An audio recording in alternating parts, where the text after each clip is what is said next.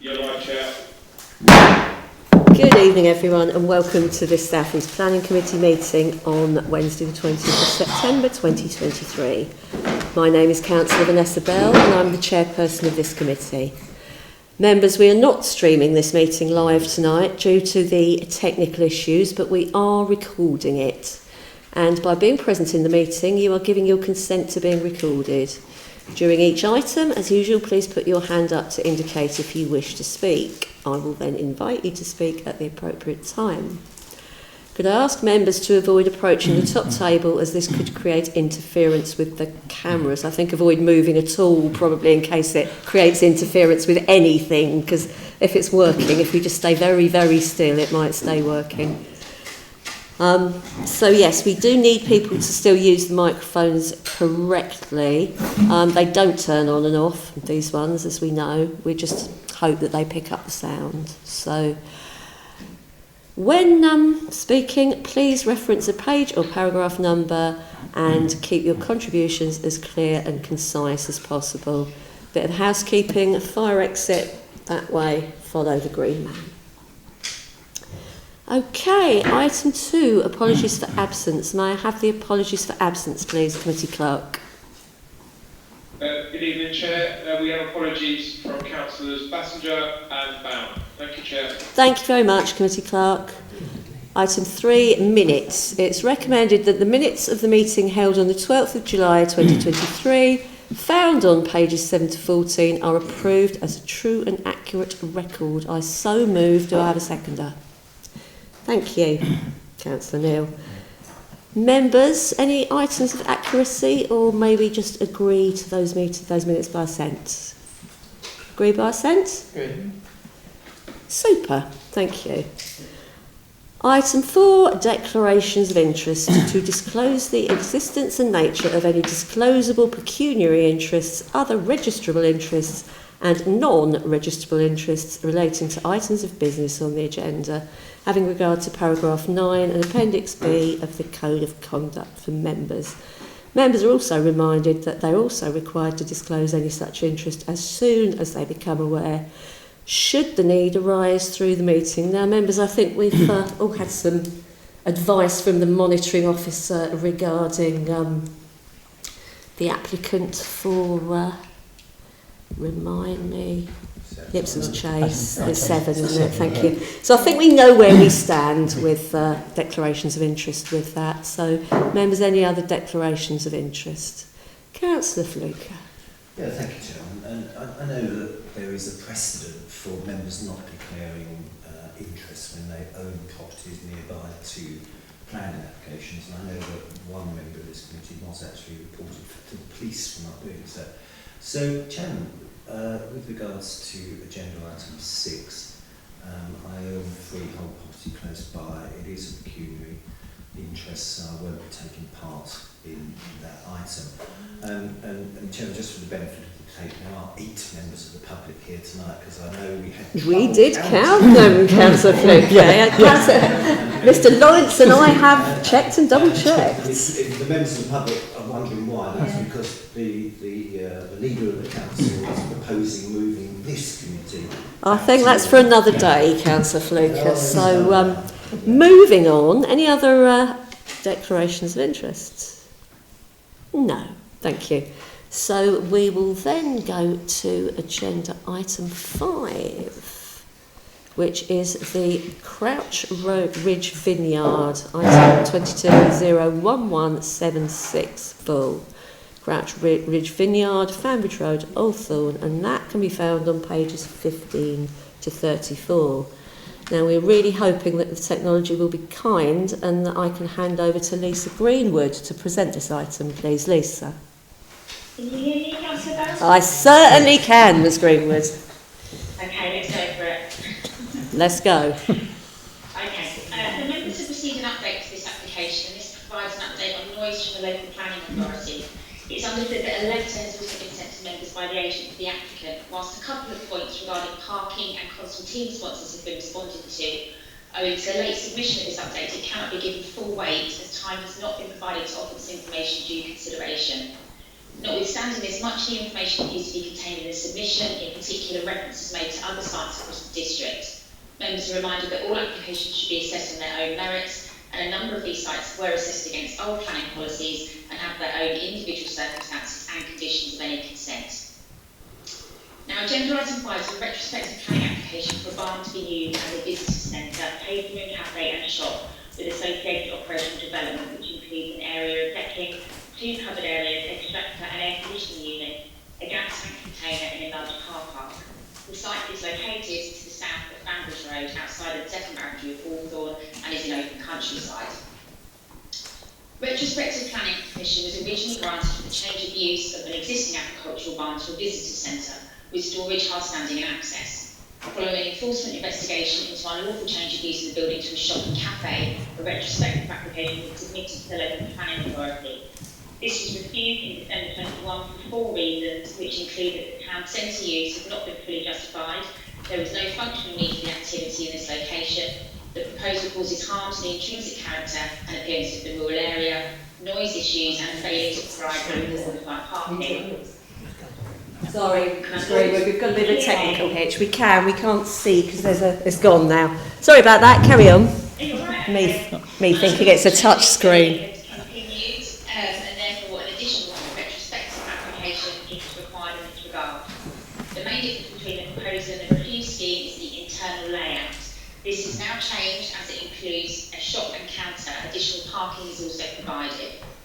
The building measures 12.3 metres wide, 18.5 deep and has a maximum height of 7 metres. The walls have been constructed with cement fibre sheet black weather boarding and the roof is constructed with black profile sheeting. The windows are timber, the main access is timber and the building has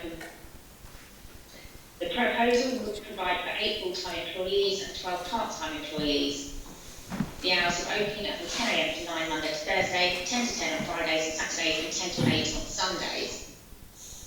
Whilst the description for development may not appear as problematic, in order to meet the requirements of the local plan, Policy SA, which supports certain types of development outside of settlement boundaries, sets out a closed list of criteria and development must satisfy the requirements of one of this closed list, and also not cause harm to the intrinsic character and beauty of the open countryside.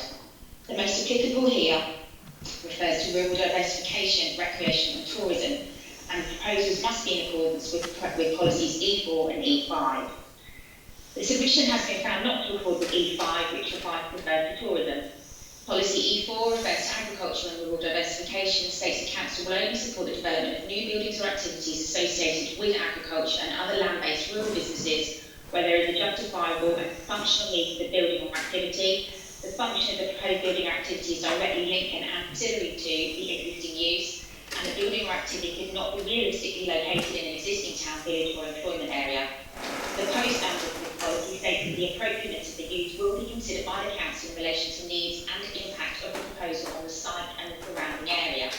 And the design and access statement submitted to support the proposal relies heavily on the fact that development is ancillary to the wine growing and retailing business. Nevertheless, the activities are new compliant and should be assessed as such.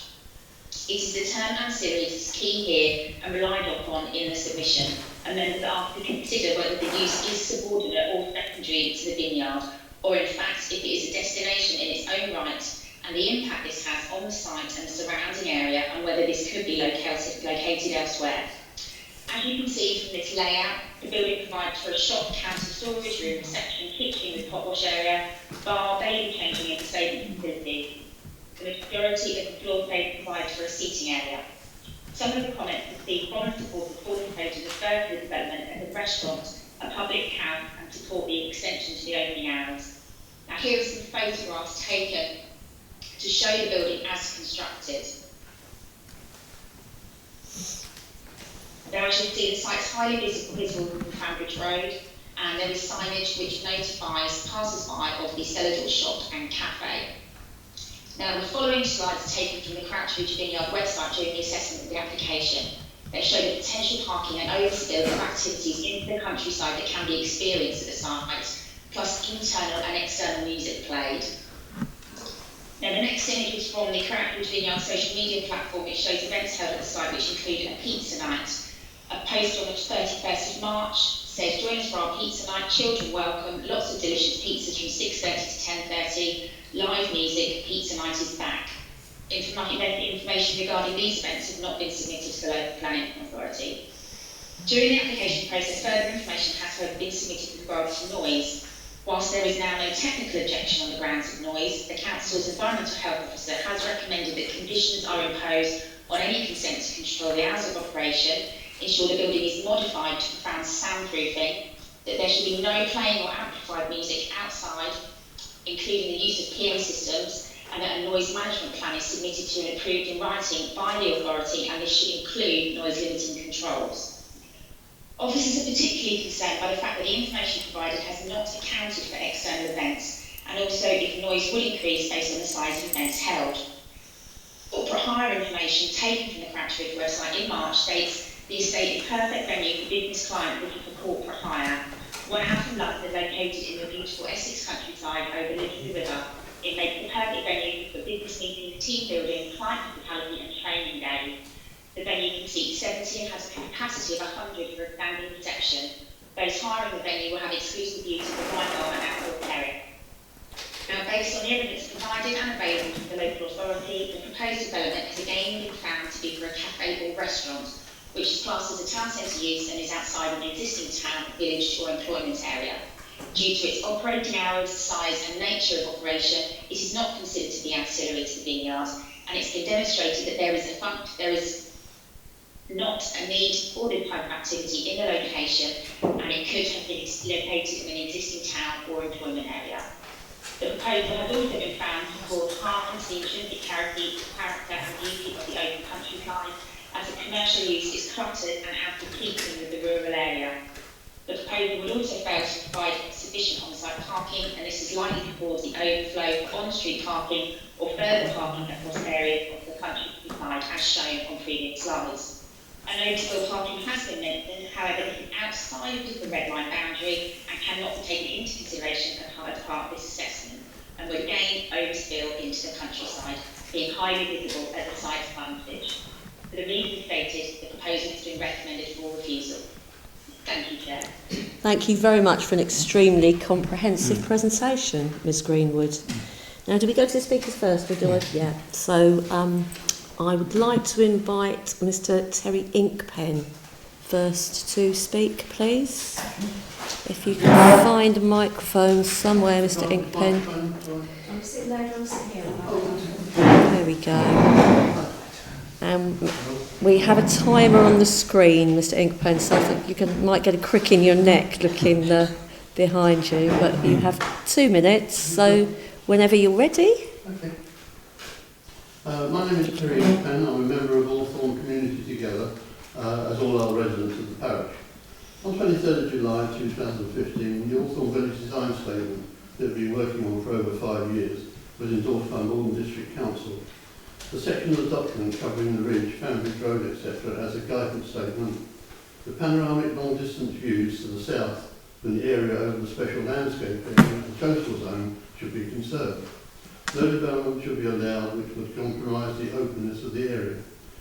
Conserve panoramic long-distance views to adjacent character areas of drained and open estuary marsh to the south.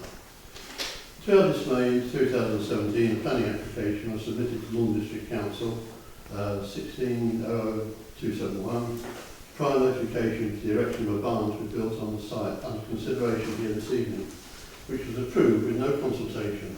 A site that is part of the panoramic view of the river and landscape that residents and visitors are sought to protect. Apparently, the planning officer at the time chose to ignore the village design statement recommendations. The barn was built to a smaller size than that approved in the application and complete with roof windows and fenestration to the end wall behind the roller shutters. The sewage treatment plant to the western side, and it's never used as an agricultural building. Since then, the officer's report lists 10 further applications on the site, including 3 retrospective, of which this last one seeks to increase yet again the sprawl of the built form into the countryside, with storage containing sheds, gas tanks, etc., and concrete over more land to provide car parking. Extend the catering facility to the full restaurant, hence increase noise and light pollution. The comprehensive and well-considered officer's report refutes the claim that the development should be permitted under LDP policies E4 and E5 as a condition of policy S8 F rural diversification. And That's time up, Mr. Inkpen. follow the officer's recommendation. Thank you very much. Refuse this application. Thank you very much, Mr. Inkpen. So now I call upon Councillor Paul Burgess, representing the Town Council. So if you could do musical chairs, that'd be great.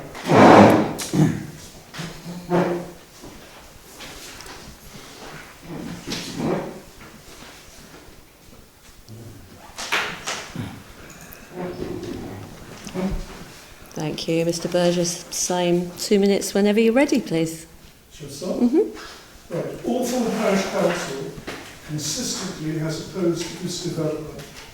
It has a significant negative impact on a highly valued visual amenity, the panoramic view of the Crouch Valley and the Rochford and Southend hinterland. Almost uniquely on the Founders Road, this prospect is fully visible as the highway is elevated above the site and the view is not obscured by hedgerow. Not only are parishioners affected, but also a wider cohort of district, residential, tourist and commercial traffic. The Parish Council supports the reasons for refusal.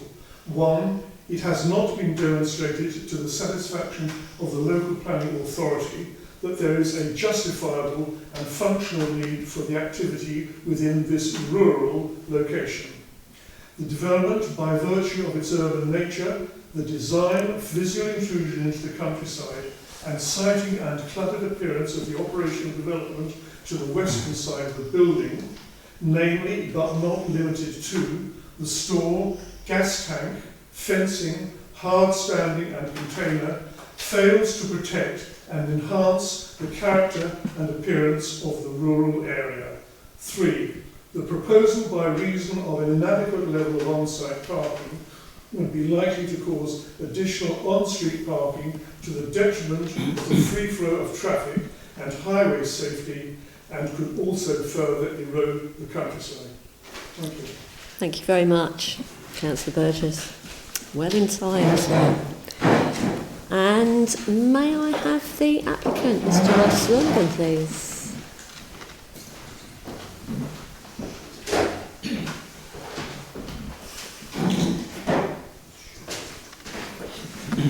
Thank you. Whenever you're ready.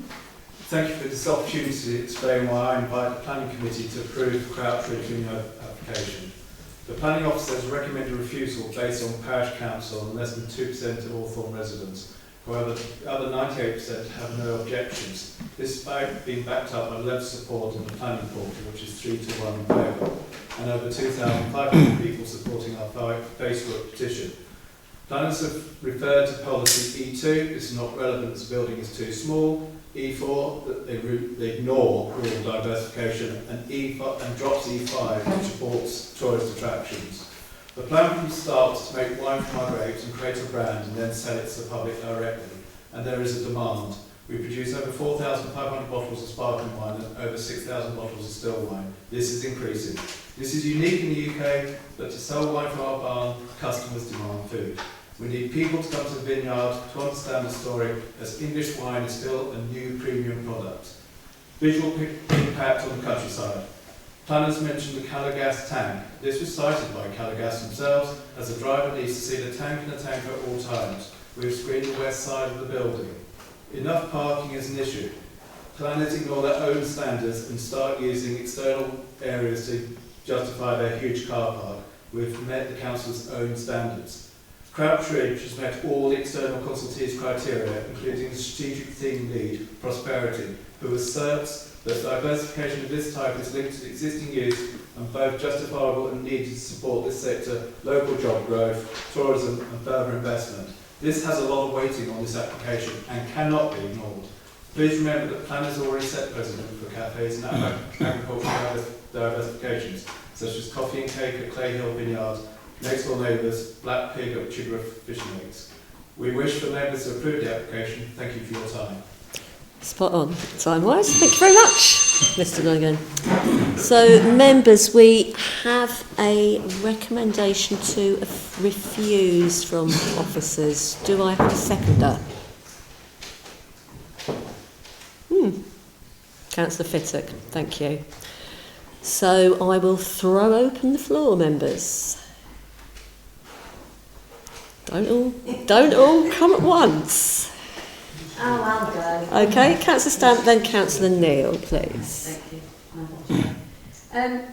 I have a great deal of sympathy for the applicants. I think it's a fantastic place to go visit. But I do share the concerns of many residents about and what the officers actually turned around and said. We need to address, if they are going to be allowed to, and this is going to be approved, those issues that the officers raised about the noise, about how busy it is. I mean, I know it wasn't raised in the report, Madam Chair, but if you'll just forgive me, I mean, there are over 71,000 traffic movements on that road a week now. I mean, that's a lot, and if you're going to keep increasing it, we know the status of the 1010, and we know the issues we have, and I know that's not relevant to this application, but I do think it's worth mentioning.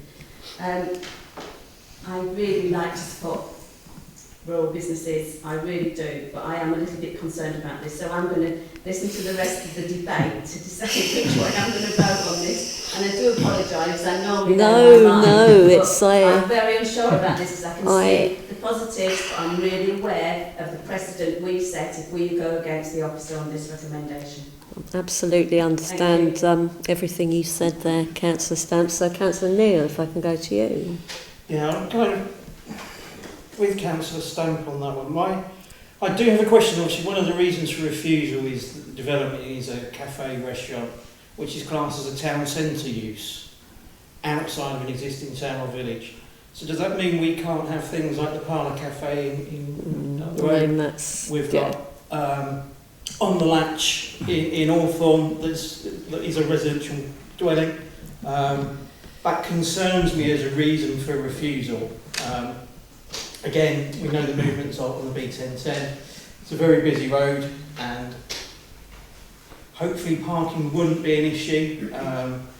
I do see this as an addition to what's being offered on the site at the moment. You know, people coming to buy the wine, see the vineyard that's been put in, understand the story, as obviously the owner said, and people want some food while they're there. So, again, I'm on the site, I'm concerned with the noise aspect, obviously, but I think there must be also a number of traffic movements that are also as noisy and going to increase anyway. So, yeah, that's my point. But I'm concerned with the first reason for refusal. Thank you, Councillor Neal. Other members, Councillor Fittock. Thank you, Chair. I mean, this sort of reminds me a little bit of Clarkson's Farm. I've spent many years at It proved to be an extremely popular activity, but at the end of the day, we have local development plans, and the reason we have them, and it's described as being for the purpose of providing certainty for residents and businesses. So I know there were occasions when we depart from the plan. This is, in my opinion, in this situation, there is no policy reason why we should. I mean, the officers have looked at the LPP. It says that we try to build, these kinds of outlets in towns, partly to try to protect the viability of the towns, because they have to pay considerably higher rates if they're in prime locations. And it provides pubs and restaurants in the town some certainty that they'll have the footfall. So we don't necessarily want to be encouraging the residents to have to drive to locations to get something or get something, albeit we all do so. But that's not the intention of the local development plan. The local development plan is very much based upon trying to minimise the need for people to travel from A to B and protect the countryside. Now, I looked at the original application that was put forward on this, and it's considerably bigger now than what was originally proposed. And I haven't looked at the site. Now, it's obviously a very viable business, but that isn't the reason to give planning permission to anything. If it makes money, that's great. I mean, Clarkson's Farm makes loads of money, look at the problems it created here. So we really need to look at this in terms of the policy and what we want to do as a council.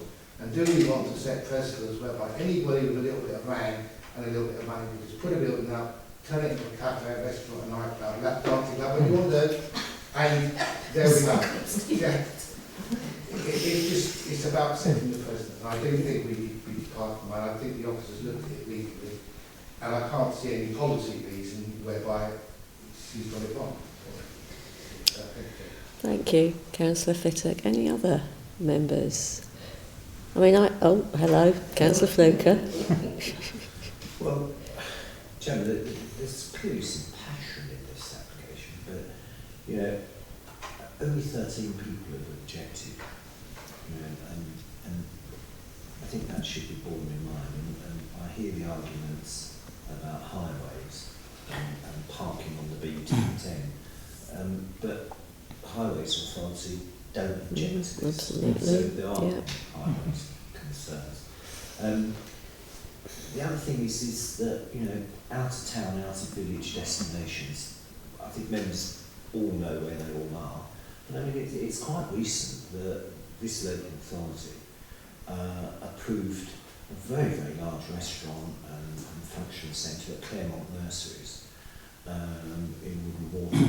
And, you know, that is an absolutely massive building, and it, you know, it's much bigger than this. The destination being a garden centre. Now, you know, I look at this as from several angles.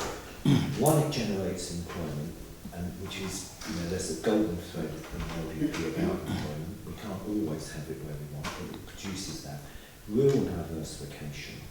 And I would think if the French weren't entertaining our king this evening, they'd be looking at this and laughing. Because there's no question of doubt, this area of the country is going to be all covered in vineyards, and it's going to be a huge tourist attraction, Chairman. I haven't, you know, I know this location very, very well, and I think anybody that's been around here a long time will remember that opposite, for many, many years, there was a farm shop, which was connected to quite a small holding, and they used to import vegetables in there to sell them. But again, that was, you know, that was in the middle of what's been perceived as the countryside. And then we go just slightly to the south, to Bridgemarsh Marina. There was a bar and restaurant actually allowed there. But after gaining planning permission, the applicant wasn't keen on what came back from licensing concerning times, but they've still got planning permission there for that. Chairman, you know, I've always supported rural diversification. You know, I hear what the officer's saying, and it's interesting that the officer's done so much hard work proving what this is being used for, because to me that's the first. But I think it would be very, very foolhardy if anybody to go into some kind of business like this without testing the market. Clearly they've tested it, and clearly they think it's viable. So, Chairman, you know, I think in balance. Do I sense an alternative proposal coming Chairman, in? there's one on the table, but I think we shouldn't lose sight of the fact that this is going to be one of the biggest vineyard regions, and I mean, Councillor Burgess spoke to the local plan. His local plan and he should be commended for bringing that forward. But he will have read the helo and seen what, you know, what has flashed up for horrors are. Yeah. So I mean, you know, I sympathise with the local plan, and yeah, I'm very concerned about the first reason for the refusal as well. Me too. So I mean, I'll wait for the result of the first vote. Thank you. I'm going to say something now, and then I'm going to come to you, Councillor Stamp and Councillor Fittock, because I absolutely agree with what everyone's saying, and I am really torn. We heard Councillor White the other night talk about how the French are thinking of buying up land here now because of the quality of the grapes that we're growing. I saw you on Towie, and I went, oh, look, I know them. So, you know, clearly you're looking a bit embarrassed about that now, but no, I thought it was great publicity. And yeah, it's a great business, rural business, diversification. It ticks so many boxes. It really does. But there's a big difference for me between, you know, a wine bar that does tapas food, you know, cafe, restaurant, cake. than a conference centre and wedding venue, and maybe that is something for the future, and maybe that is something for the next local plan. But for now, and taking into account the local plans, I'm struggling. I am so torn. So I'm going to come back to you, Councillor Stamp. I listened, thank you, Madam Chair. I listened to what Councillor Fluke said, but based on everything he said, we may as well just build all the way along wherever somebody wants to build a building, which is what Councillor Fluke actually said. So I am actually, after listening to the debate, and it is, I am concerned about the how big it's going to grow and the disturbance it is going to provide for the neighbours. And yes, I do appreciate it's bringing visitors in. But I do think we need to be cautious, and I think Councillor Fluke has just raised the possibility of the healer and everything. And does that mean we have to approve something because we may get something in the future? Well, I would hope not. I think that's certainly not what this committee is here to actually decide on and make a view on. So I'm actually going to go with the officer's recommendation on this one. Thank you. I mean, I think we'd all rather see the Crouch Valley full of vineyards than houses. I think we'd probably all, agree with that. But Councillor Fittick. I mean, I can agree with Councillor Chapman, and Councillor Fluke raised some very good points. There have been applications that have been approved for various reasons, and the one that you mentioned, Chairman, was a member recommendation against officer approval. So just because we make decisions doesn't mean to say they're always right. And just because we make a decision in one location doesn't mean to say it suits another. And he raised another really valid point in as much as if we have a lot of vineyards moving into the area and we approve this type of application and another person does the same thing, what are we going to say? Well, actually, it's different. No, it's no different. We'll end up with a precedent that will be used against us. One of the first things a developer would do, and Councillor Fluke would do this more than anybody, is they look at what you've approved in the past. And if you've got something that calls for their requirements, they say, you develop this in application, these are the reasons why you should go here. So I really can't see how we can go against your recommendation. Thank you. So if there are no other members who wish to speak, I'm going to just ask officers if anyone would like to... Any officers like to add anything? I don't have anything to offer. I think that I'll leave it up to the members to decide on this one. But I would advise that obviously there is the local plan to be followed. That is, it has been shown that it is a perfectly valid local plan. So I don't think we can take account of what has been referred to housing land assessment. That's for a future day, and that's a very high level assessment. It's the local plan which you're considering against this evening. Thank you. I'm just going to go to Councillor Siddle-Norman quickly before we go to the vote. We're very concerned about the fact that people are making local plans and nobody's taking any notice of them, all over the place. Now the thing is, what's the point in making plans and spending hours of money and whatever, and then ignoring them? I'm sorry, but I would agree with Councillor Stamp. I do think that we have to accept that the officers have gone for what the public actually, the local plans are made by the public. They're consulted, and they decided that this is what they wanted. So that's all I have to say. Thank you very much, Councillor Siddle-Norman. Yes, do I have a seconder? Yes, I do. I will second that. Okay, so we're moving to a vote, but so I'm going to go round everyone one by one. So if that could be recorded, Councillor. So we are voting on the officer's recommendation to refuse the application. So you're voting to say you're for or against the officer's recommendation to refuse? Against. Thank you. Councillor Fluker. Against. Against. Councillor Hay was against. Councillor Stamp. For. Councillor Siddle. For. Against. For. And I will say for. I will go with the officer's recommendation. So, Committee Clerk, how many is that? 5-4. 5-4. 5-4. For the officer's recommendation. Okay, so, and it's such a difficult one, that. Such a very, very difficult one, that. And I would hope that the applicants We did refuse it, didn't we? Yes. I would hope the applicants would come back with something smaller, and that, or that we can incorporate something in the next local plan that will support businesses like this and enable us to find the balance between supporting rural businesses and, you know, saving communities and preserving communities and the countryside, because I think there is a balance to be found. So thank you, members. That was really difficult, and thank you again for Lisa for the brilliant presentation, very comprehensive. So moving on to our item 6, which is 23000670. Thank you, Councillor Fluker is leaving the chamber now. Someone will come and get you, Councillor Fluker, don't worry.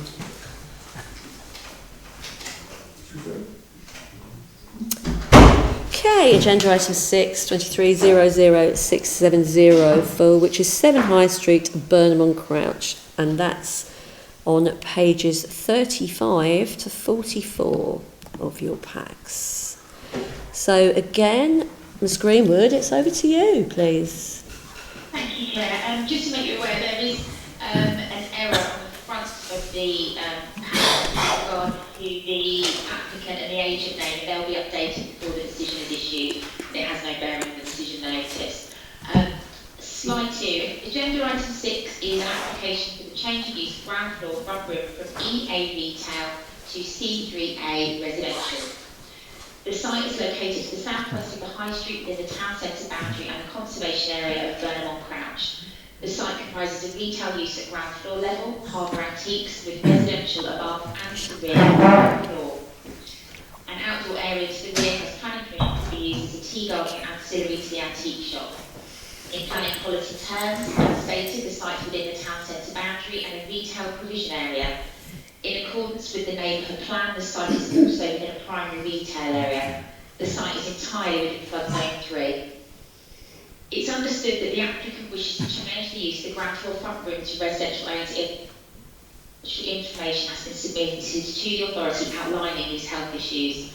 It should be this is a resubmission of a previously reviewed scheme for the same change of use of the site. The previous application was reviewed as the principle of development found to be unacceptable, and owing to the fact that the site is in flood zone 3 and the proposal was not supported by a flood risk assessment. Policy E2 of the local development plan states that other types of uses will normally be resisted unless they will not have a detrimental impact on the function, vitality or viability of primary retail frontages. And policy EC3 of the neighbourhood plan for Burnham on Crouch states that the change of use from retail to other uses will not be supported in this location. The loss of this unit, even for a temporary period, would result in an inactive frontage at the High Street and would be difficult to reinstate once a change is made and could set a precedent for the future. The principle of development would therefore not be acceptable, as it would be contrary to local plan and the neighbourhood plan policies. Policy H3 of the local development plan refers to accommodation for specialist needs.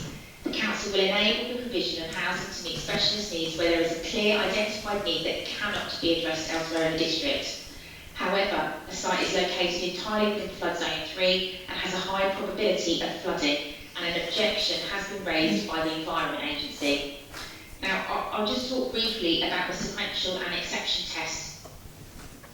Thank you. Classified by the National Planning Policy Framework as a more vulnerable type of development.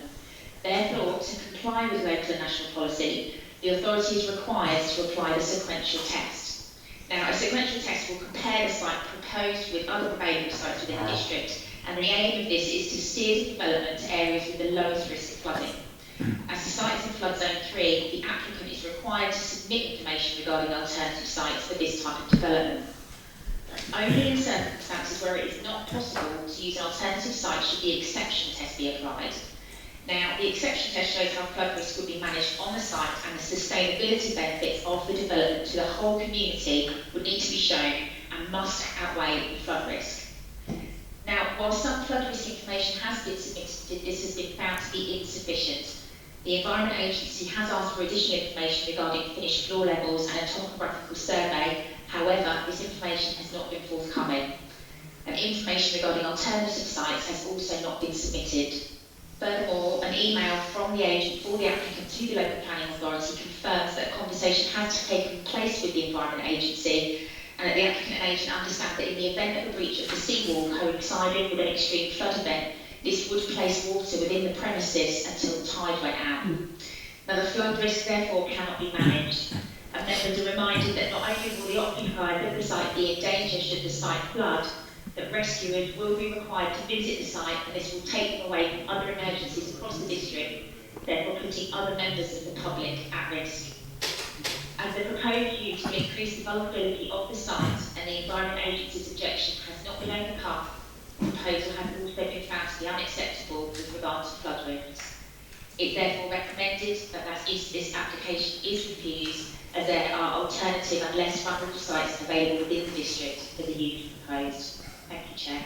Thank you very much. Very comprehensive again, Ms Greenwood. Thank you. Now, I am allowed to use my discretion to invite a speaker up this evening. So I'd like to invite the applicant's agent, Mr Mike Lewis, to speak, please. If you can find a microphone. Thank you.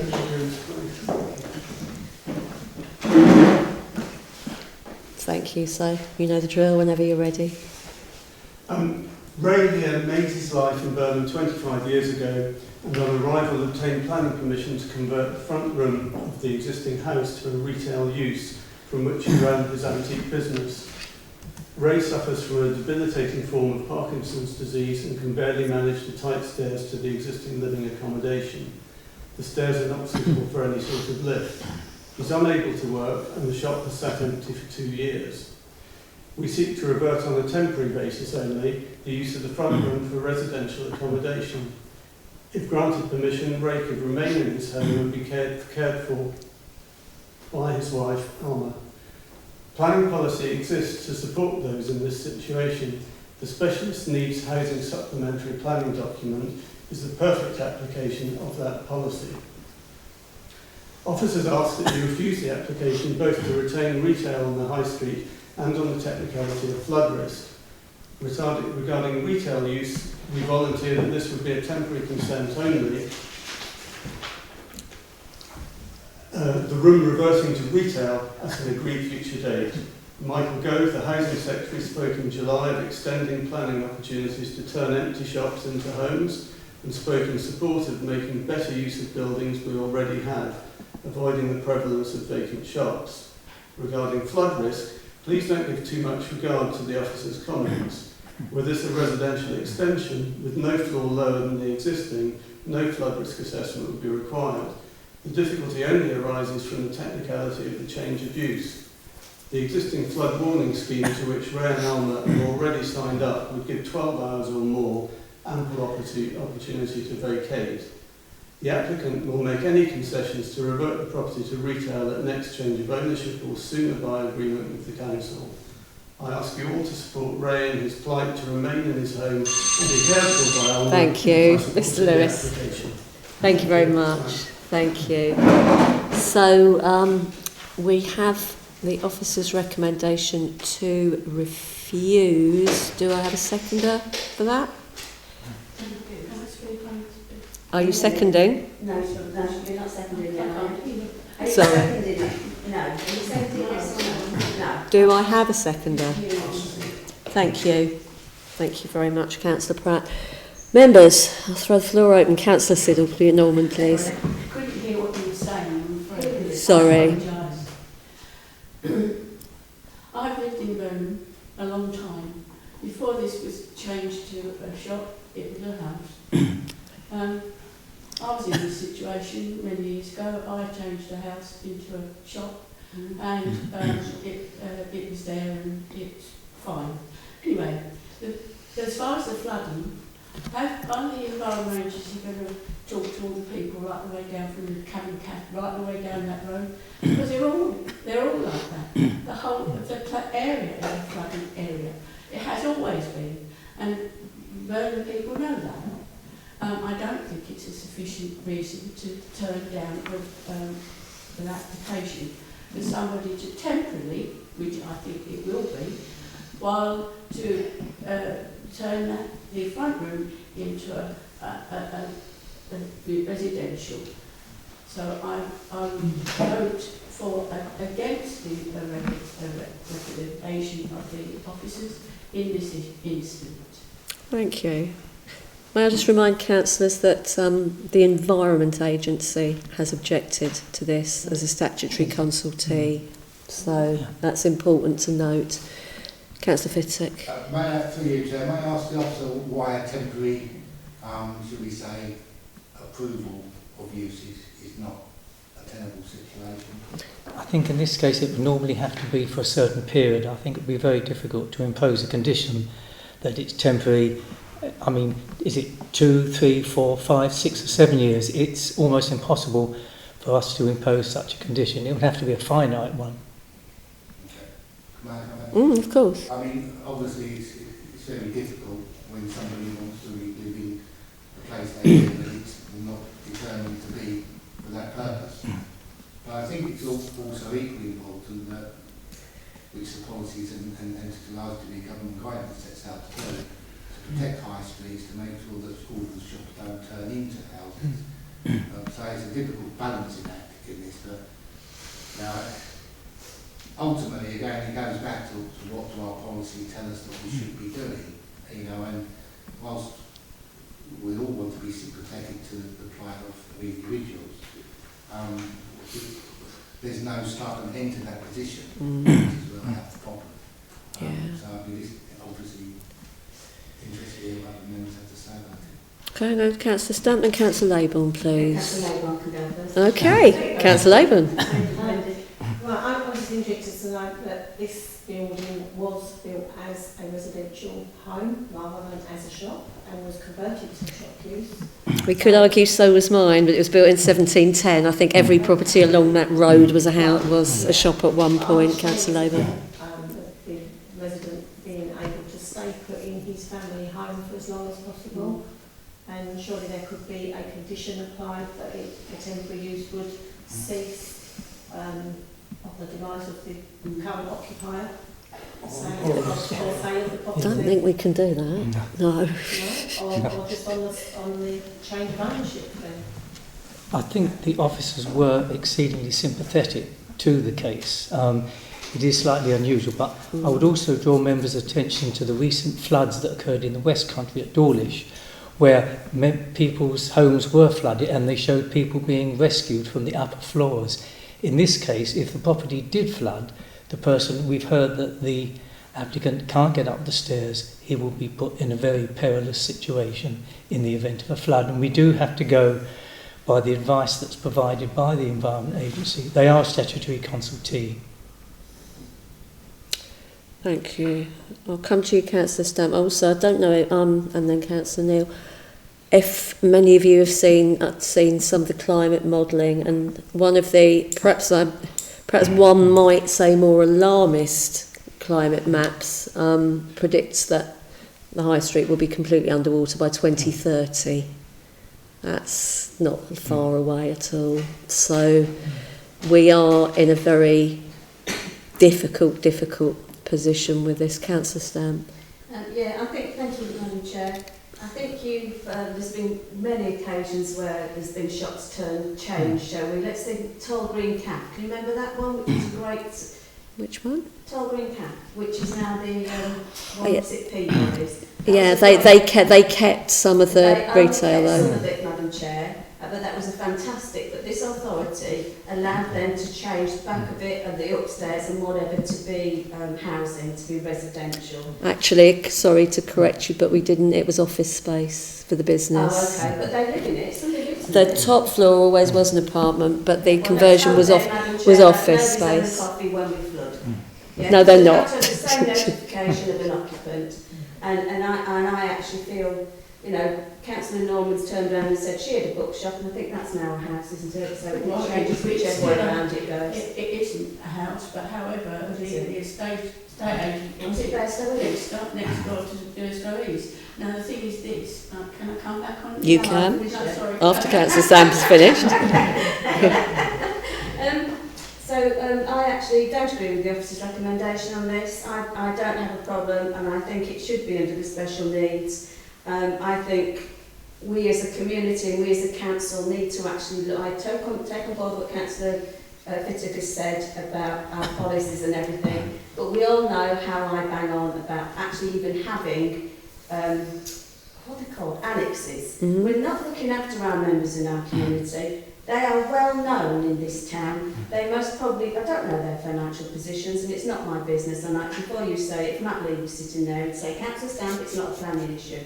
We are human, yeah? We look after our communities, and I think they should be allowed to stay there. Can you imagine being uprooted with somebody who's got an illness, which is, I'm not breaking any confidentialities, it states quite clearly, to go into a new accommodation? How's that going to make you feel? And yes, Mr. Lawrence, you can stop me because I'm used to being stopped. I certainly will not be agreeing with the officer's recommendation. I think we should allow them to change. It's a shame that a condition can't be put in. But yeah, we can't turn around and say, and I feel awful because he's sitting here, what the inevitable is. And I think it's dreadful we're actually even talking about it in this way. But I do think as a council, and we are a council representing our residents here, we should actually be able to. We've seen some horrible decisions made, and I think this is not a horrible decision. I think this is a decision made for whatever reasons. And sorry, Chair. Thank you. I will stop you there, Councillor Stamp. I think we know where you stand. Thank you. I'm going to go to Councillor Neil before I come back to you, Councillor Siddle-Norman, please. Oh, and Councillor Pratt again. Councillor Neil, Councillor Norman, Councillor Pratt. Obviously, I know we're talking about our policies and what we've got in place, and the primary one here is that we are trying to ensure that retail frontage is kept on the high street. That seems clearly what we've been trying to do. We've already lost this shop. It's not been open for 2 years. It's never going to be open again by the sounds of it with the current situation of the owner. Obviously, as it's been stated, the owner has an illness and cannot manage the stairs. There's no ability to get up the stairs currently, no ability to use a stair lift because it's so narrow. Pardon me for saying, but the officer said obviously they would have to vacate earlier, or they would have to be rescued from downstairs if this was allowed to happen. By the sounds of it and reading into the situation, the occupant would already be downstairs regardless of us having this application through, because they can't physically access the upstairs. So that point, I get it's a valid point, and I see what we're saying, but in real terms, in real world terms, that's, you know, they're going to be downstairs anyway. Are you saying they're going to have drowned, Councillor Neil? Because that rather sounds like what you're saying. No, what I'm saying, yeah, they would have already drowned. They'd still be there anyway because they aren't able to access the upstairs. So. Okay, thank you, Councillor. Councillor. You understand what I'm saying? Okay. Councillor Pratt, then Councillor Norman again, please. I recognise this is a tearjerker. It is. It really is. There is a real reason. However, I am concerned that should we not minded to approve this, the responsibility on us that should an accident happen, that we are flying in the face of the Environment experts. Agency, Environment Agency saying no, the officers are saying no. And yes, as we get older, we have to make difficult decisions about the place that we live. Is it suitable? And probably this accommodation is not suitable for the current circumstance. You know, we could look at my dear old mum at 103. She couldn't manage, and the last thing she wanted to do was to move into a care home. But I did, because that was the correct thing to do. I think converting this shop into a bedroom is the wrong thing to do. For all the right reasons, it should. However, I'm leaning towards agreeing with the officer, saying that this should not happen. Thank you, Councillor Pratt. I will go to Councillor Norman again. Did you want to come back? Yes, I'm not going to go down the road of the person that's actually ill in the house. I'm thinking about planning. As was said earlier, the government is discussing the fact that they consider that shops and retail places can become homes in the future.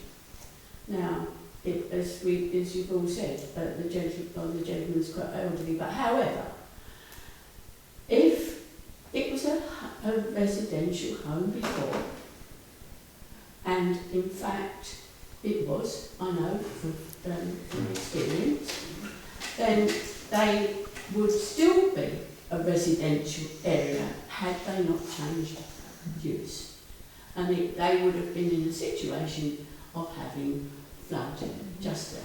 So I don't agree that we should deal with this in the way of the applicant's reasons.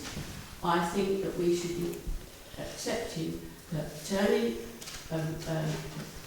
business back to what it was before is acceptable.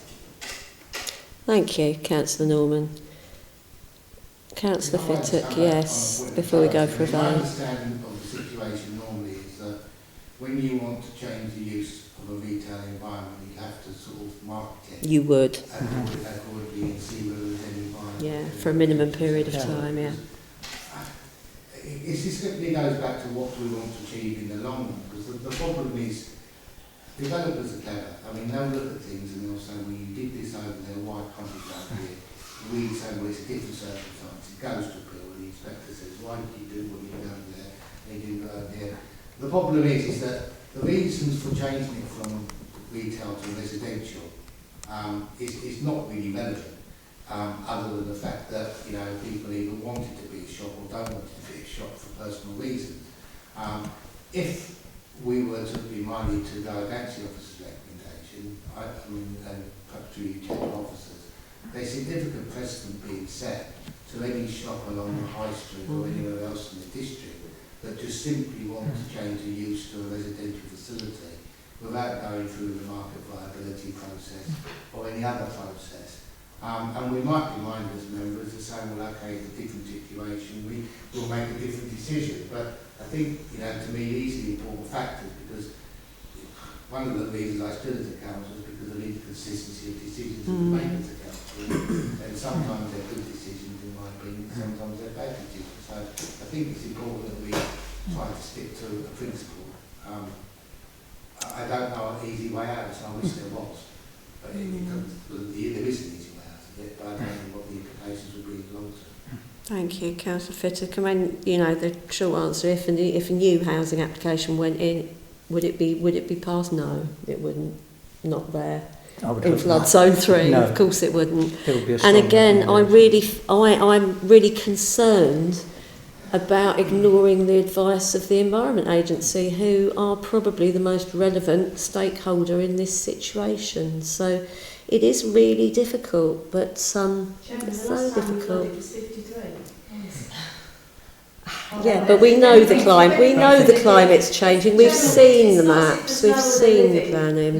The units out there. Look what's around. It is what it is, and we are where we are. I'm going to go to a vote now. I think. Do we want a recorded vote? Is anyone going for a recorded? Are we happy to agree by? Okay. So all those now. We have a recommendation to refuse. So we are voting for or against the officer's recommendation to refuse.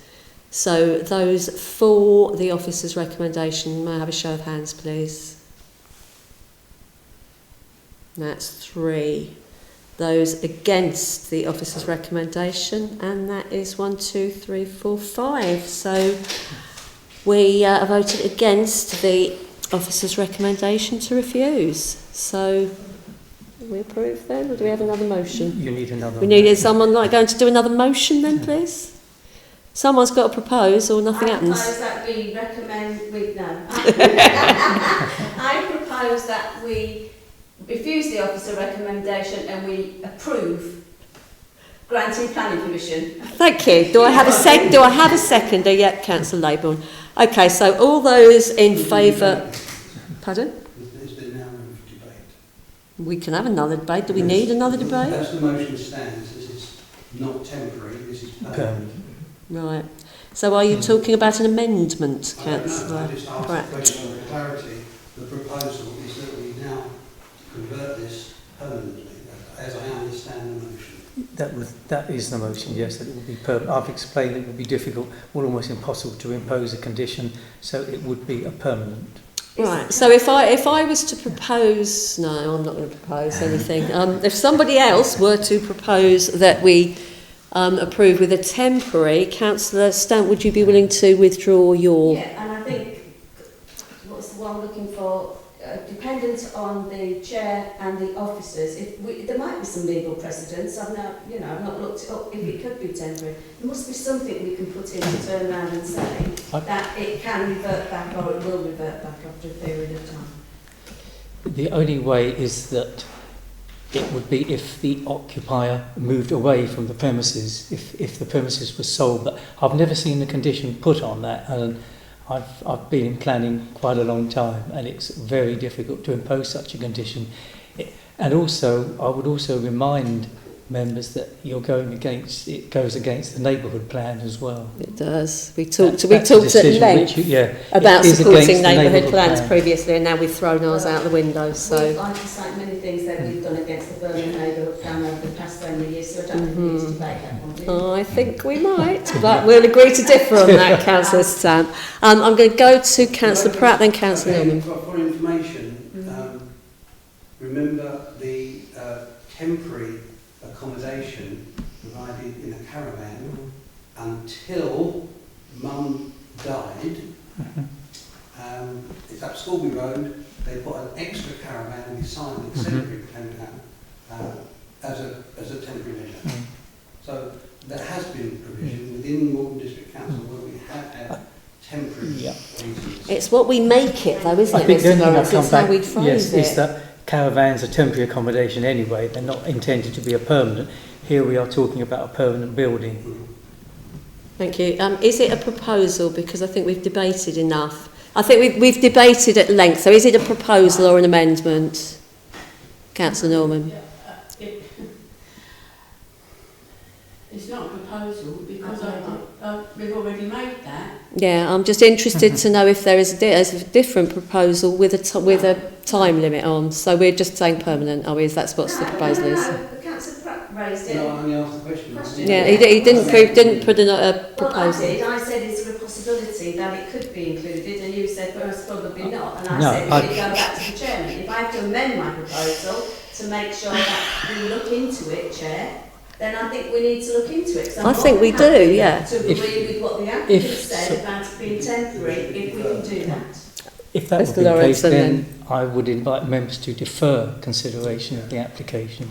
I think that might be... I can't allow you to speak, Mr Lewis, I'm afraid. There is a precedent this year in this chamber for a time period of years was put on a commission. Councillor Fittock. I think that the deferral might be, if there's a way of getting through this in a format, then that's beneficial to all of us. I would invite members to consider a deferral. It can come back to the next meeting of this committee.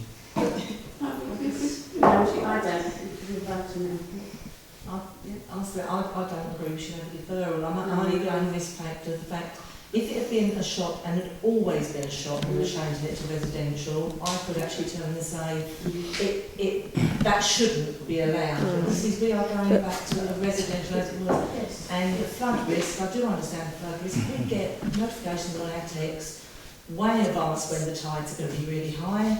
You know, I'm on a river, I have exactly the same when it comes 12 hours before we get notification. So someone living on the ground floor will be out of that property, moving in with someone else, directly they knew there was an alert for a flood risk. So, because that's what a family member would do. I think we're going around in circles. With all due respect, again, every building down that road was a shop once. My house was a shop once. Everything was. So I think that's a little bit of a red herring. So we're in a situation here now where we're proposing a permanent.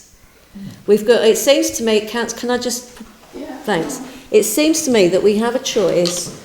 We are either talking about a permanent change or we're talking about deferring to look at whether we can find a precedent and agree for a temporary change. So we are saying permanent.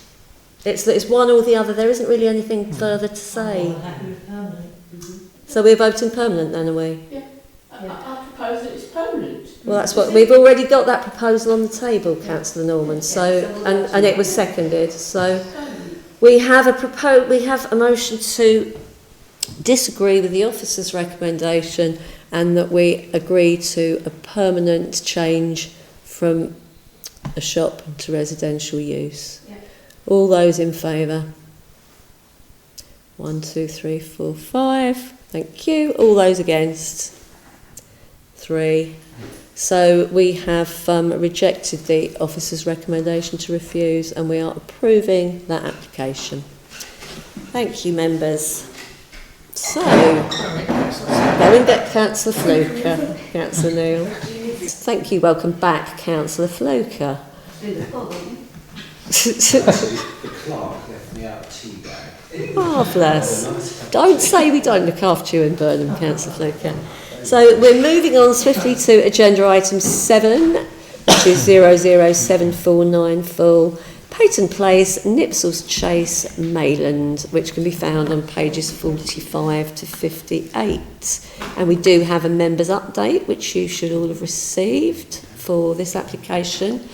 And Lisa Greenwood's having a very busy night, so we're over to you again, Miss Greenwood. Whenever you're ready. Okay. As the Chair's mentioned, there's been an update for this application, and that's with regards to a condition regarding surface water drainage. And the condition that this relates to has been discharged, and the wording of this condition will be amended as instructed. Thank you. This planning application seeks a variation of condition to application 2101240 VAR, which gained a variation for previous permission for the construction of a single-storey self-built live-work dwelling. Specifically, the proposal seeks to vary the plans listed in the condition 2, which would involve alterations to the scale of the dwelling, the fenestration design of the dwelling, and the materials used in its construction. And the list of alterations are provided at paragraph 3.1.3 of the officer's report at page 47 of the agenda. This is the location plan. The bungalow under construction is towards the eastern side of the site. This is the site plan and the lower site plan showing the access onto the public highway. The building shown in the north of the wider site has not yet been erected, but the site benefits from permission for a stable building. Now, this shows the elevations. The left-hand image, as you look at it, shows them as proposed, and the elevations on the right are the previously approved elevations. The main alterations consist of the addition of a brick plinth, alterations to the size and style of the fenestration. On the rear, this consists of the removal of the high-level circular windows in the gables and the replacement of doors for windows, changes to the detailing of the lintel above the windows, addition of a more ornate fascia, addition of a platform and balustrade, design change to the pillars supporting the front porch, a reduction in the extent of the asymmetric roofs forming the front gable projections, increased height of the larger gable projections by 0.1 metres, a reduction in the height of the chimney by 0.5 metres, and alterations to its design. The side elevations show the following amendments: the addition of a brick plinth, alterations to the size and style of the fenestration, changes to the detailing of the lintel above the windows, design changes to the pillars, reduction in the width of the overhang related to the front gable projection, increased height of the gable projections, increased ridge height, and reduction in the height of the chimney, resulting in it being less visible. Here we have the proposed and previously approved floor plan. Sorry, did you hear a change in the sound? Sorry. Yes, Yeah. aeroplane. Yeah. Yes, an aeroplane is going over. It's not. Don't panic. Don't panic. Okay. Here we have the proposed and previously approved floor plans. The main differences are the home office is to become a home office with a bathroom, a reconfiguration of the arrangement of bedroom 2 and its ensuite, the inclusion of a partition within the living area, and the reconfiguration of the cupboard in the main kitchen. Here we have photos of the access track with the site looking west and looking east towards the site entrance with the dwelling under construction, which is visible, and looking south towards the dwelling under construction. Now this photo shows the site access, the street scene and neighbouring development to the north. Now to conclude, the overall design of the dwelling as a result of the changes would dilute the architectural merit of the previously approved scheme and reduce the detailing provided, which reduces the aesthetic value of the dwelling. However, whilst the design is not as positive as the previously approved development, the overall design and scale is not considered to result in material harm to the character and appearance of the area. Therefore, on balance, whilst the majority of the proposed alterations would not be positive, the degree of harm Oh, we've lost you. to an extent that, in officer's opinion, would warrant the refusal. Concerns raised in respect of amenity access and parking or amenity space needed. Therefore, the variation to condition 2 is recommended for approval. Thank you. Just about hung on with the sound there, Ms Greenwood. So thank you very much again for that. So I was under the impression we had Councillor Debbie Down here, but do we have you on... oh, we do. We have you on Teams, Councillor Down. So are you there? Yes, I'm here. Okay, so start when you're ready. You have 2 minutes, whenever you're ready. Okay. Thank you. To say the least, this planning application is confusing. Is it a full application, a variation, or by virtue of the fact that work has been done, is it a retrospective application? To add to the confusion, the plans listed on the Malden District Council website do not match the description. Amended plans are proposed and existing elevations are also proposed. If previous applications get passed with certain conditions imposed on them, it's only right that the conditions be necessary and should stand. One would assume that the conditions were well thought out and is thinkable and not allowed to be passed as approved today. To do so would discredit the judgment of those that imposed them in the first instance. To apply for an increase in the gable of 1.4 metres on a single-storey building, already nearly high enough for 3 storeys, is unreasonable. The only reason that makes sense in restricting windows is for the sake of the neighbour's privacy. Nothing fundamentally has changed to warrant the lifting of the conditions, which is why Malden Parish Council objects to this application. Thank you. Thank you very much, Councillor Down. Thank you. Okay, so I believe we have the applicant, Mr. Kenny Payson, in the chamber, please.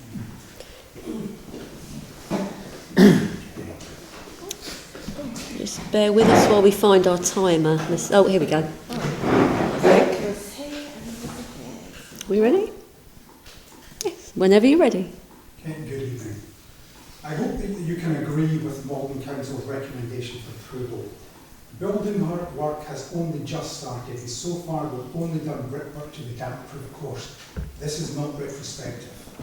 The required changes are for safety reasons post-Grenfell, as all but 3 lenders will say no if 50% of outside walls are clad, irrespective of the materials used.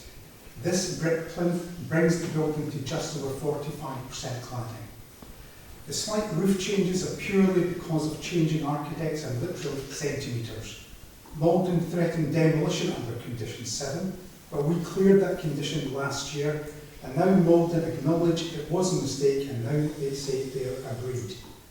Because of this constant malice and fear, we're also wanted to see if members could look at conditions 11 and 12, as these are both unreasonable. The first condition, 11, stops us building a shed over just 9 square feet. The second condition, 12, is for any roof, windows or skylights. We are not in Greenbelt, and ECC in the last report said due to the field being grass, it's not suitable for nature, and now it is not a local wildlife site. I sent this report to the members this evening.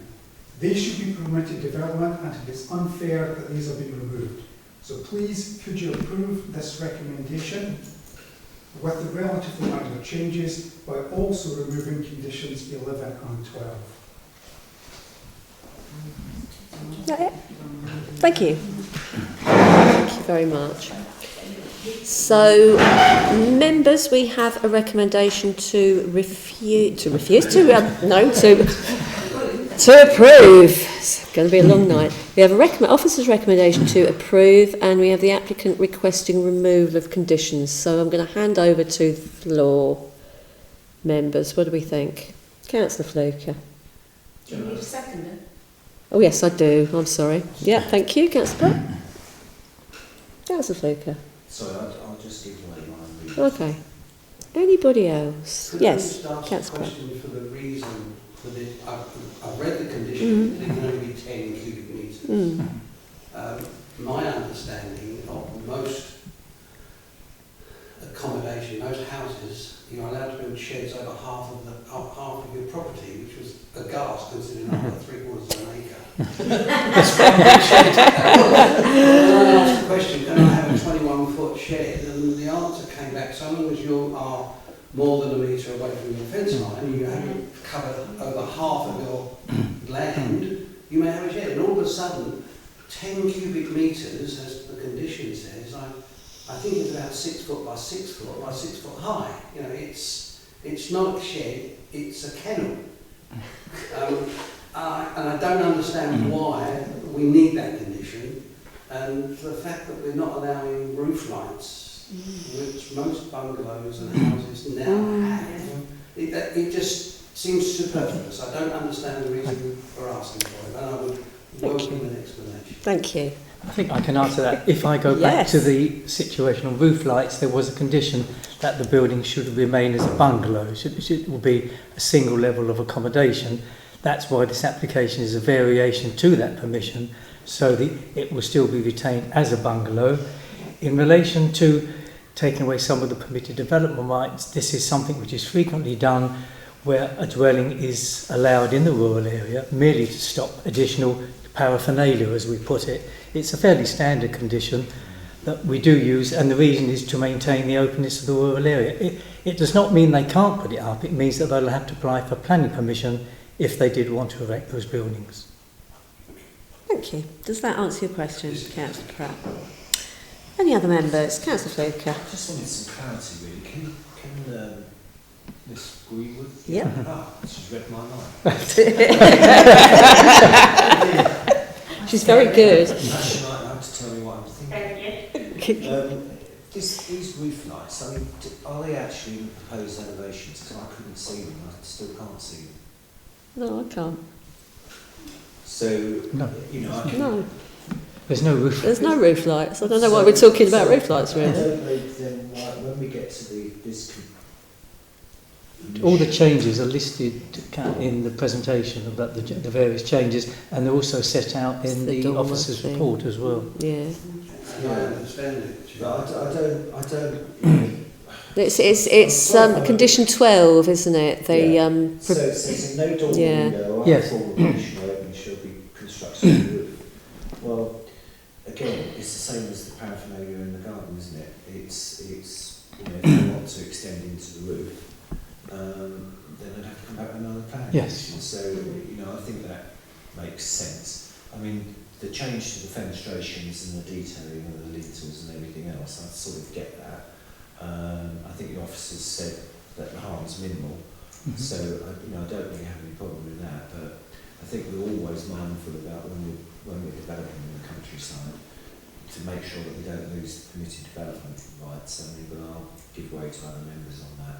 And likewise, you know, the rooms in the roof. You know, it's just paying attention for the bungalow, isn't it? So, yeah, I'll listen to the views of members on those two conditions. Members, do we have any views? I don't actually. I'll just go with the officer's recommendation to approve. I don't. It does seem heavy-handed, but it's just. Yeah, I'm going to go to. Standard. Yes, it's just a standard one we've used. Yeah. Standard condition. Councillor Fittock.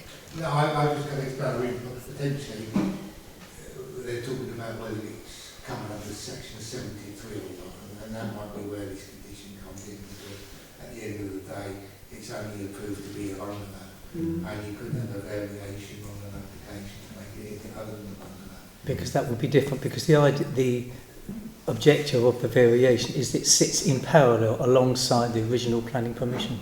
Yeah. It forms part of the original planning permission. Okay, thank you. So we have a motion to. The officer's recommendation is to approve. Can we do by show of hands? Agreed? Yep, I think that's agreed by assent. Thank you, members. Okay, so last but not least, agenda item 8. And Ms Greenwood gets to go and have a nice cup of tea and put her feet up now because for this one, thank you very, very much for your contributions, Ms Greenwood, tonight. So moving on to agenda item 8, 00694 ADV, ADV. It's a hint in the clue in the name there. Pages 59 to 70, and I will hand over to Ms Sadler, please. Thank you. Thank you, Chair. This application seeks advertisement consent for non-illuminated sales and marketing advertisements comprising of 6 flags on 6-metre high flagpoles, 2 entrance signs, 3 directional signs, a show home sign and a show home parking sign, and is recommended for approval subject to conditions detailed in section 8 of the report, which is found on page 69 of the agenda. I'll take you through the presentation. Thank you.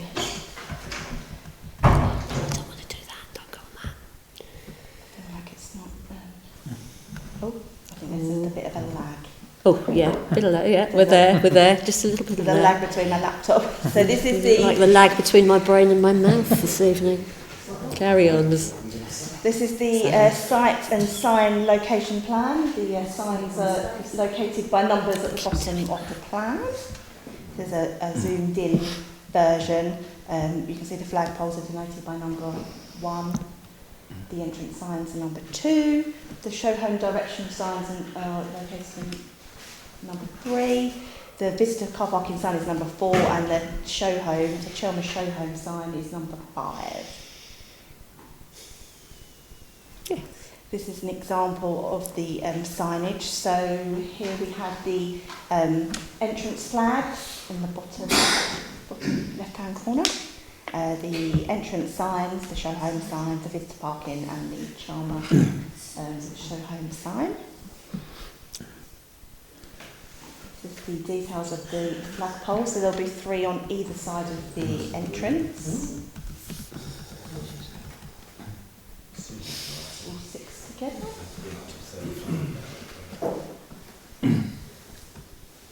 More of the flagpoles held on the ground. Thank you. This is the entrance sign details. One to either side of the entrance.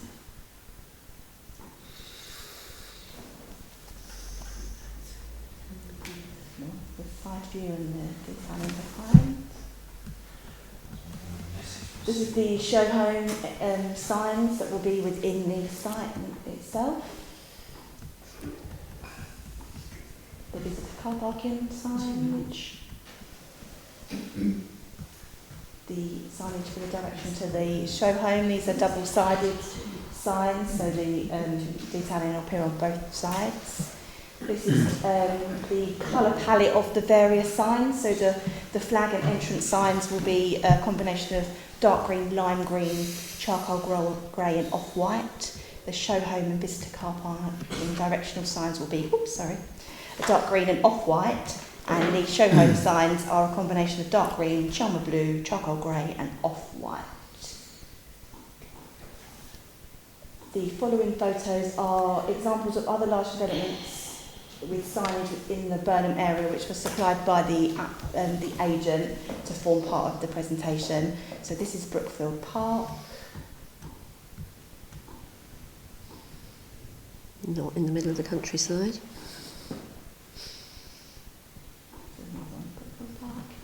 Yeah. The next one is Hemberton Grange. Also not in the middle of the countryside. That's supposed to be a shop. Oh no, the other one's the shop. This is Corinthian Place.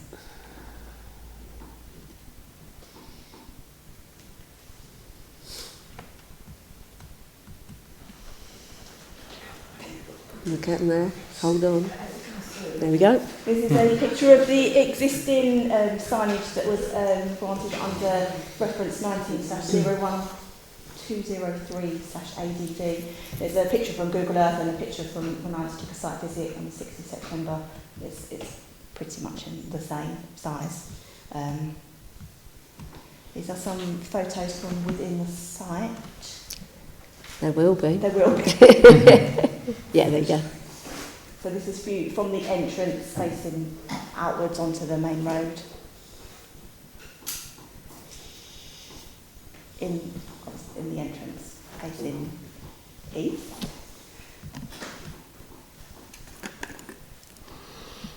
The next photo when it loads is an approximate location of the signage.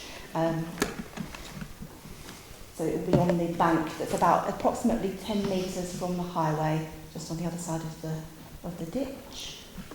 It's on the east. This is a view facing the west. And again, approximate location of where the signage will be. This is a picture at the entrance of the site facing in. That building that you can see on the left-hand side will be the location of the security office. Huge. And there's the approximate location of the show home directional sign on the next one. It's coming. There you go. Okay. This is the view of the site. Well, the next one will be the view facing the site from Ferry Road, facing northwest. That was the end of the presentation. Thank you very much for that, Sadler. That was very helpful. Can I just ask one question? So is the proposal, if this is agreed, that the existing signage is going to be removed, or does that remain? The one from 2019 will still be under a condition which I think can be there for 5 years, I believe. Right, so it's additional then. It will be additional, and the condition, particularly for this one on the timescale, we've worded it so it will be 5 years or until the last property is sold, whichever comes sooner. Because obviously, as it's a phased development, we don't know that in 5 years' time they'll all be built and sold. So it's whichever one comes first. So do we mean all sold on phase one or all phases?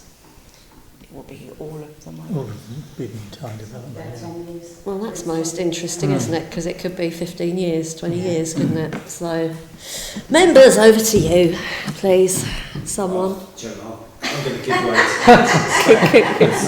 Sorry, I'm not sure if I had a second. I'm not sure I've had a seconder for the proposal. You'll second it, thank you, Councillor Fluker. So, enjoy this as much as Eric Ten Hag is enjoying this. Well, I think, and hopefully you'll be satisfied with my performance, Councillor Fluker. Won't be as good as yours, we all know that. But I think you can actually see this from space. When it's I think you can, Councillor Stern. How many signs does one need to be able to know where a blooming... How many sheds do I have? How many signs do you need to be able to find out where this development is? I think there's going to be more signs coming on here than what you've got when you go from North Ambridge roundabout, Kitshill, coming all the way into Burnham and Southminster. I know I'm being flippant, but I've had a few objections, and that's like the reason why I called it. Couple of points. Do we know if the signs, because there's many of them, are eco-friendly? Because if you look at the literature, Plastic. it's all supposed to be about eco-biodiversity. Are we actually having signs that are biodegradable, or are we not? Because I think it's a bit hypocritical. And I know you're going to turn around and say it's not a condition, we don't have to do it. But it is the thought of it and it's the ethos about it. It's the reason behind it. And there is some serious facts. I am being flippant on here, and I've got no doubt it will be approved, because we can't really refuse it, because I tried before when they did the one on the David Wilson homes. But, you know, if you talk about policy S2, the visual effect that this is going to have on our countryside is astronomical. How big are those signs, officer, please? I mean, they're huge. The totem poles or the flag poles or whatever they are absolutely huge. 6 metres. Yeah, it's 6 enormous. metres. So what's that? 3.3 metres. About 20 so feet. 18, 9, over 20 feet high a flagpole when we're going to come into Burnham. So it's not bad enough that we're actually our beautiful fields and countryside has already been built upon. Am I boring you two? Am I boring you? No. We're just looking at You can do more than one thing at once then. So we've not only got that, we've got all the other signs that are going to accompany it. And like I said, I know it will be approved, because there's nothing we can do about it, but I think we've got to just make sure that the residents, and we're representing our residents again, we're not happy with the amount of signs. I don't know why we as an authority have to approve so many of the signs. You've got 3 looking at the screen, but you've just done your presentation, Hayley, all in one hit, have you? 3 coming round the bend. Are they the ones that's over 20 foot? You'll have 3, sorry, so... Either side of the entrance. Either side of the access On the road. side of the On entrance. the, on the So plan. you've got 3 on each side, have you? Yes. Yeah. You have an entrance sign and then they'll have 3 flagpoles in close... Do you know, are we actually looking to sell this to Southend or Rochford, the other side of the river? I mean, I'm so sorry. I really am appalled at the number of signs. I mean, you've got the historic environment. I mean, I'll give you a quote, and this is, I'm reading this because it's came from a resident. Because I bet it's the one that I was going to read as well.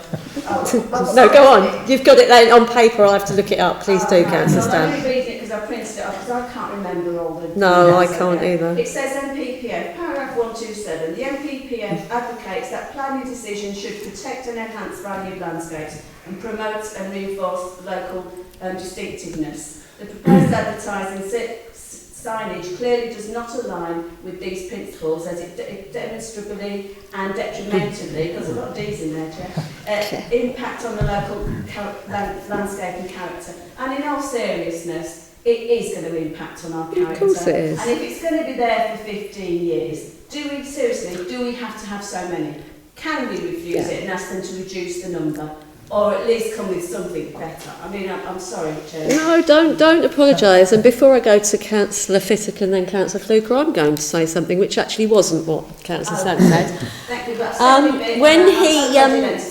when the inspector, and I know Councillor Fluker likes us to take notice of inspectors and what they say, when the inspector overturned our decision and approved on appeal for phase 2, he made a great deal of the tucked away rural location and how unobtrusive it was and how you wouldn't really see it and how it didn't really impact on the beautiful environment. Wham! Now look, I understand the need for show home signage. I understand that directional signage within the site itself. I do not understand the need for 20-foot flagpoles. I really don't. So I'd be happy for the applicant to come back with an application that didn't involve flagpoles myself, but that's just my opinion. I'm going to give you Councillor Fittock now. And for you to have a question to the officers. What policy is this application being assessed against? Because we do have an advertising. Right, it is assessed under the advertisement regulations. Now, what members have to consider that the 2 criteria are amenity and highway safety. I think, if I could just comment on the highway safety issue, again, highways have not raised any objection, so the only grounds on which members could look at it is if they took exception to the issue of amenity. The reason I ask is because there is a policy. This advertising will be classed as Class 7B. Permits the display of advertising flags at house builders sites and where new houses are made available for sale. It says each flag must be a vertical flag. A site of 10 houses or less may have 1 flag. 11 to 100 houses may have 2 flags. Over 100 houses may have 3 flags. The flag scuff must not exceed 4.6 metres high. The flags must not exceed 2 metres square in area. The flags and flag scuffs must be removed at the end of 1 year after construction of the last house completed, and so forth. I mean, there's policies there, and it would seem that the height of the flags proposed exceed that policy requirement. I mean, what it's saying there is that would be deemed consent. They wouldn't need to apply, but these flagpoles are over that size. So we could refuse it then? Yeah, you could refuse it. Yeah, they would have what's known as deemed consent.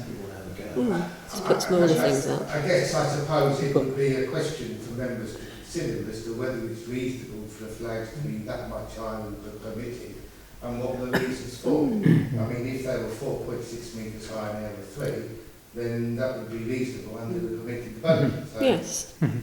Yes. And this next. Councillor Stamp, Councillor Fluker. Yeah, can I just sorry. Sorry. No, I'll give way. Okay, thanks. Can I actually ask for confirmation of how tall the ones are on Corinthian Place? That's asking a lot off the top of the saddler's head. Yeah. I don't want us to be unfair. No. If that's got the presentation, No, I think that big, then that's fair enough. But these seem excessive, and I'm not really good at. It's like most of the No. trying to measure to fit a blind. He always puts it too short, so you end up having to buy multiple blinds. But I think, Councillor Stamp, also bear in mind that Corinthian Place is not in the middle of the countryside. Brookfield Park is not in the middle of the countryside.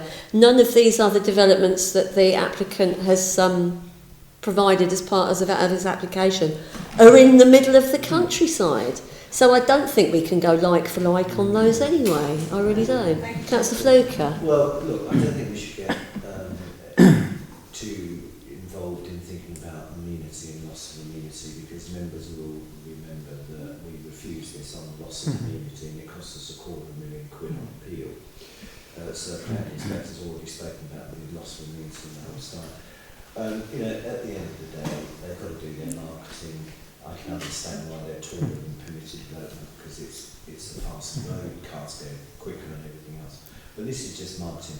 There's precedent throughout the whole district. I'm pretty sure. I am sure that the Taylor Wimpey Homes flagpoles are they apply for permission anyway, so they must be outside of permitted development. You know, my feeling is. So that's my feeling. My feeling is that, you know, if you look at this was a highly controversial plan and application. It's come to committee tonight. My view is that the officer's recommendation is correct.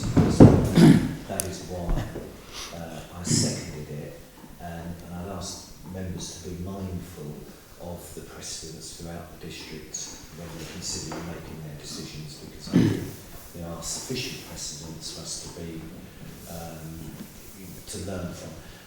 And also, I can remember Southfield Place at Tillingham. I was trying to think of developments in the conservation area, and that was the only one that I could think of. And they had massive signs up there, and Taylor's did, or countryside static type style. They did apply for permission for them.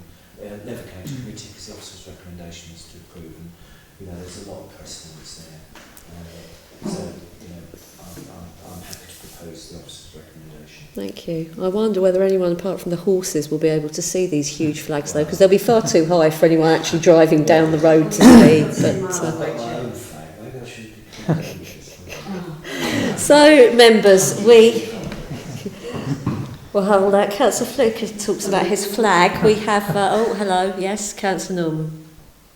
I think we should say that they've got to reduce the size. I don't think they need them that high.